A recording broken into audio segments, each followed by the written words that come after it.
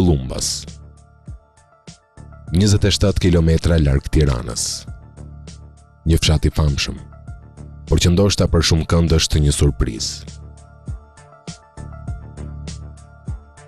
Në kryeqytet, atje poshtë përtej malesh, njerëzit kanë dëgjuar të flitet për fshatin malor, por të pakët janë ata që e kanë vizituar.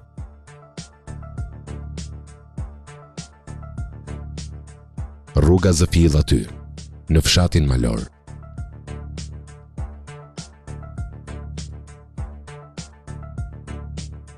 Grupi i xhirimit të niset drejt zbulimit të së panjohurës.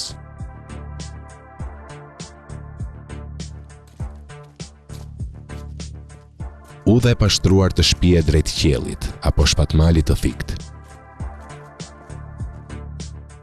Pemnaja dhe shkurnaja mbështjellin horizontin malor, duke i shtuar diç misterit. Fëmijët, që tani më kanë dalë nga shkolla e fshatit, marrin të përpjetën.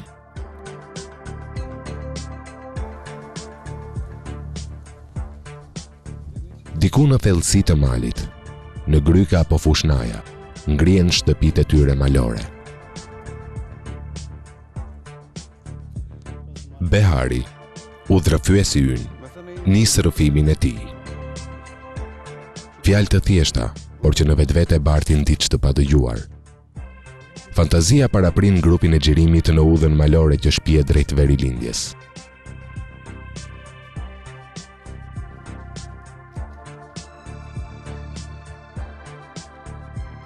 Pemë gjithrëthojnë se sa kaq, kanë filluar të bjerrin gjethet e tyre ngjyrë toke. Dora e njeriut ka lënë gjurmët e saj që nuk cënojnë as pak virgjërinë e natyrës.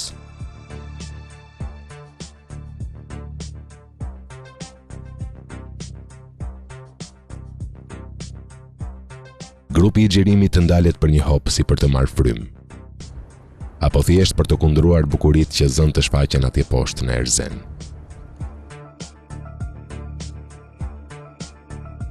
Një kanion i thellë të kujton se bukuria dhe ashpërsia do të na gjithshoqërojnë në ngjitjen tonë drejt mrekullisë së natyrës, që na pret diku në një gryk. Tirana vijon të përcjell kurioztare rrugtimin ton malor.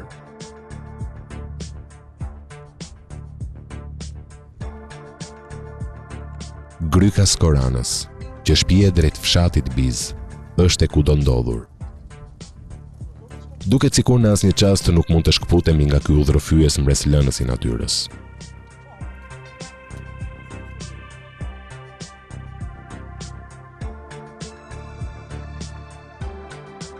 Në kryeqytet të rrëfejnë për aventura të rrezikshme udhëtarësh, aty mes shkrepash thuajse të pashkelura. Rrëfenjat të duken sikur kanë mbetur veç në kujtesë.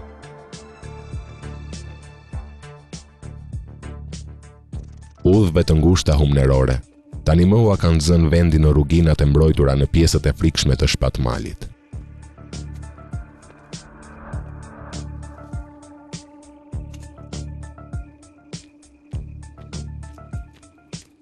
Behari, udhërëfyesi ynë, i vetmi Ciceron dhe njohës i mirëfillt i zonës, na tregon se një herë një kohë ishte vërtet e vështirë të kaloje në këtë udhë, por tani ajo është zgjeruar 2-3 plëmb. Gjë që e ka bërë më të lehtë udhëtimin dhe të shijuarit e pamjeve të papërsëritshme të luginës së Skoranës dhe shkrepave përqarkuese.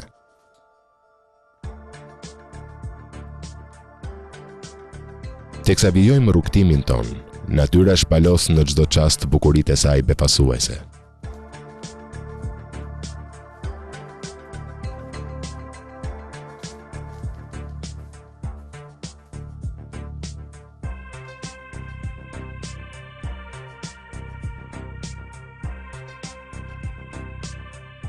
Hedhin për një hopë vështrimi në humnerën e gjelbëruar.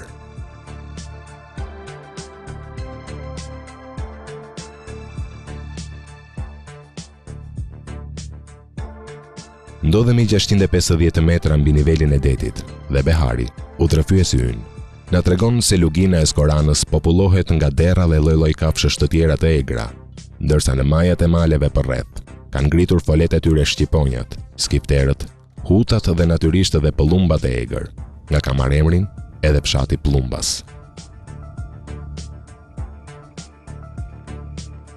Ngjitja ndërkohë zë të bëhet gjithnjë e më vështirë. Por bukuritë nuk rreshtin për asnjë çast dhe ne harrohemi në kundrime.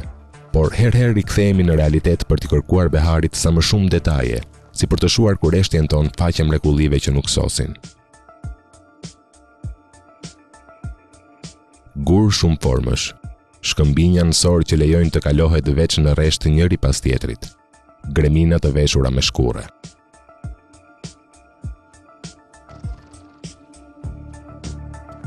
Gjithçka duket të parapri destinacionin ton të shumë pritur. Por ecja e gjatë në të përpjetën malore dhe lodhja që sa kaq ka filluar të ndjehet, herëherë na detyron të ndalemi në vendqëndrimet e këndshme që na ftojnë të pushojmë veç për pak minuta.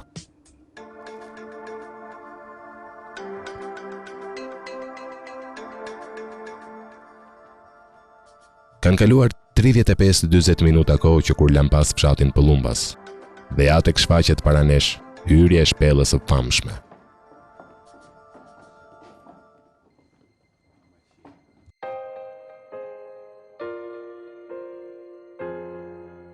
Shpella e Pëllumbasit, apo siç e quajnë vendasit, shpella e zezë.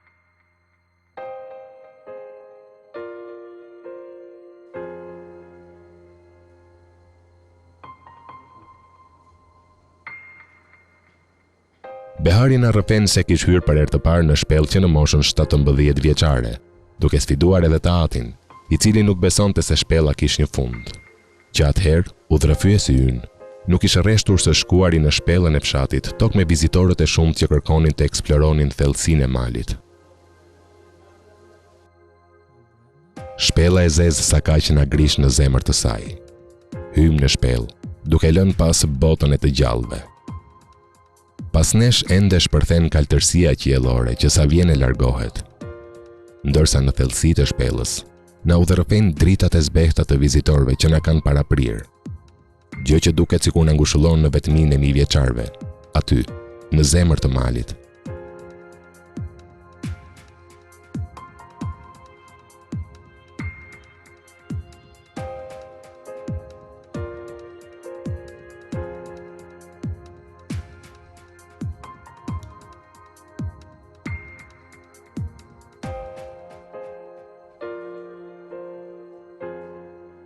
Banorët e parë mendohet të kenë jetuar në këtë vend rreth 10.000 vjet të shkuara.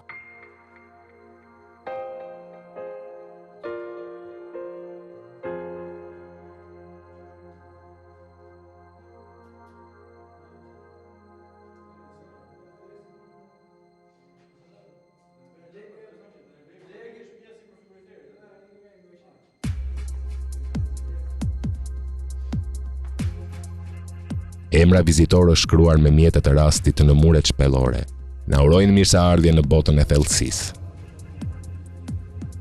Stalaktitet dhe stalagmitet përftojnë forma të çuditshme, të paimagjinueshme, thuajse jo reale.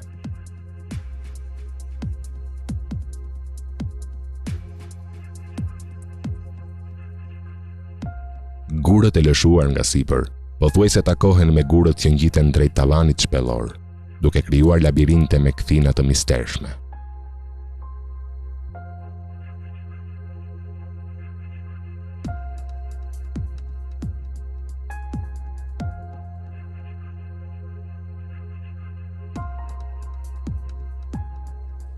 Pshehtësia e shpellës të krijon ndjesinë e një vetmie mistike, por diçka më e fortë na shtyn përpara drejt zbulimit të papriturave të tjera.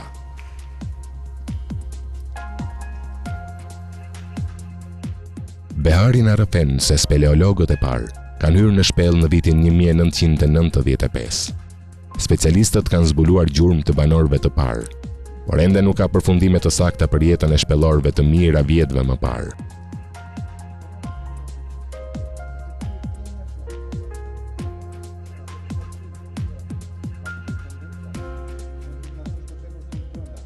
Shpella e zezë është 360 metra e gjatë. Gojdhana rrëfen se banorët e zonës futën në shpellë një mace me zile, për të parë se ku ishte dalja e shpellës. 3 ditë më vonë, macja, thot Gojdhana, doli në anën tjetër të malit, në fshatin Klojk. Por askush nuk e di nëse ka një dalje të tillë, paçka se banorët ndoshta besojnë se Gojdhana mund të thotë diçka të vërtetë.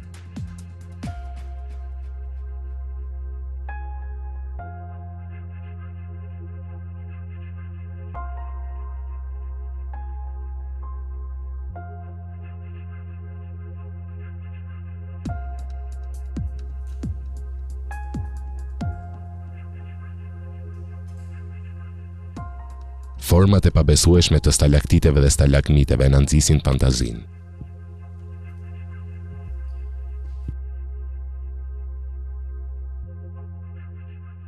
Bisha të egra apo qenie të mbinatyrshme.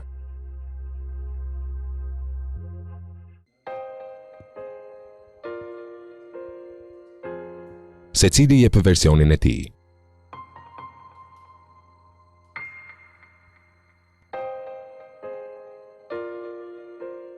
Një lule madhështore prej guri me petale të vogla apo një kërpull gjigande. Le t'ja lëm zgjidhjen imagjinatës të secilit.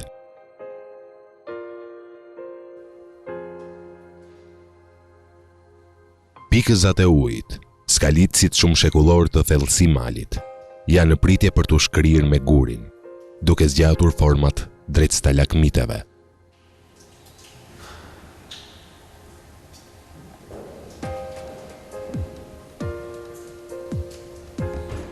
Pak më tutje shkëmbi duket si një dorë me 4 gishta.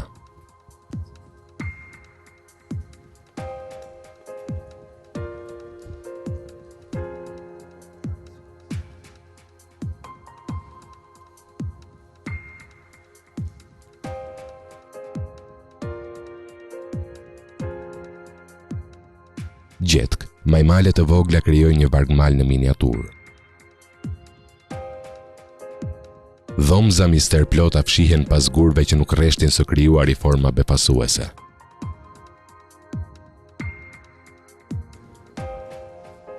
Nuk e dim sa kohë kemi kaluar në terrin e shekujve. Disa minuta, disa orë, apo disa ditë. Behari thot se kemi përshkruar rreth 200 metra, por ja që më në fund ka ardhur koha për të kthyer në botën e frymërorëve.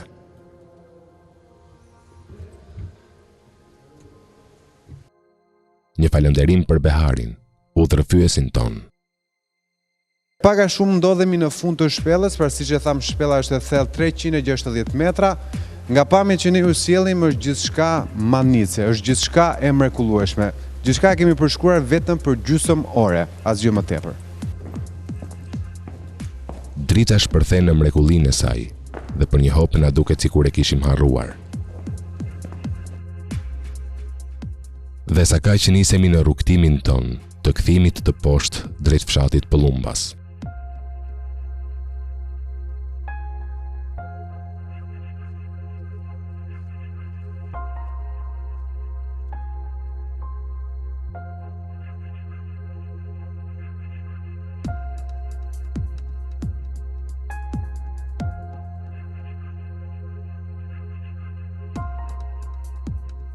Rikthehemi në botën njerëzore dhe në sensin e kohës, në një funddite të përndezur nga mrekullia e perëndim diellit, atje, në shpatmalin e Pëllumbave.